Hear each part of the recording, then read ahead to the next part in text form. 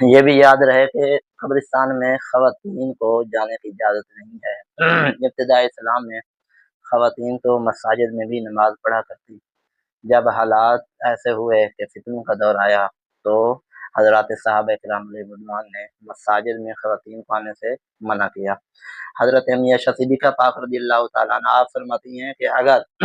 آج کے دور کو حضور صلی اللہ علیہ وآلہ وسلم دیکھ لیتے کہ آج کی خواتین کیا کر رہی ہیں، کس انداز سے آتی جاتی ہیں،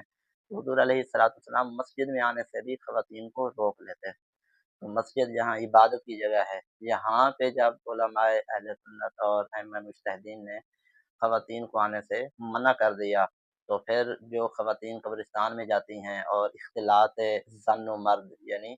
مرد و عورت اختلاط ہوتا ہے، میل ملاپ ہوتے ہیں اور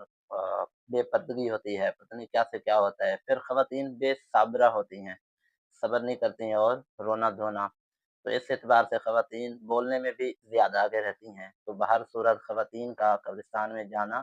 یہ منع ہی رہے گا۔ ہاں، خواتین حضور صلی اللہ علیہ وآلہ وسلم کے روضہ اقدس پہ جا سکتی ہیں، وہاں تو حضور صلی اللہ علیہ وآلہ وسلم کا فرمان موجود ہے،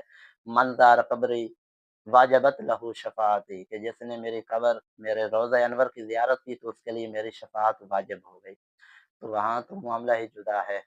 وہاں تو جانے کو ہر عاشق ترستا ہے، وہاں مرد و عورت کے یکساں حقوق موجود ہیں، کیونکہ حضور صلی اللہ علیہ وآلہ وسلم ہمارے روحانی باپ ہیں۔ بہرحال خواتین کو مزارات پہ اور قبرستان میں جانے سے منع ہی کیا جائے گا، اور ایک بار بھی اگر کوئی خاتون چلی گئی ہے تو راستہ کھل جائے گا۔ ہاں، مزارات پہ بعض علماء کرام نے پردے کی صورت میں اجازت دی ہے کہ اگر پردے کا اہتمام ہو اور مرد عورت سے اختلاط نہ ہو تو وہ دور رہ کر حاضری دے سکتی ہیں۔ اللہ تعالی ہم سب کو عمل خیر کی توفیق عطا فرمائے